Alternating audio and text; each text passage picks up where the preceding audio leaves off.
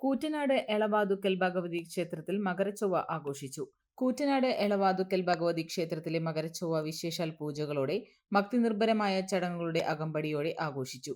ക്ഷേത്രം മേൽശാന്തി സജി നമ്പൂതിരി ചടങ്ങുകൾക്ക് മുഖ്യ കാർമ്മികത്വം വഹിച്ചു.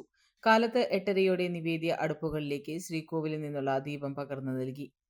തുടർന്ന് നൂറുകണക്കിന് ഭക്തജനങ്ങൾ ദേവിക്ക് പൊങ്കാല നിവേദ്യം അർപ്പിച്ചു. ക്ഷേത്രം ഭാരവാഹികളായ സന്തോഷ് പല്ലീരി, രവീന്ദ്രൻ ചെട്ടിയാരത്ത്, രേവതി വേണു, ശശിധരൻ മഠത്തിൽ, ഗിരീഷ് ചെടിയാരത്ത്, അഭിലാഷ് ചന്ദ്രൻ CP, ശ്രീധര പണിക്കർ എന്നിവർ നേതൃത്വം നൽകി.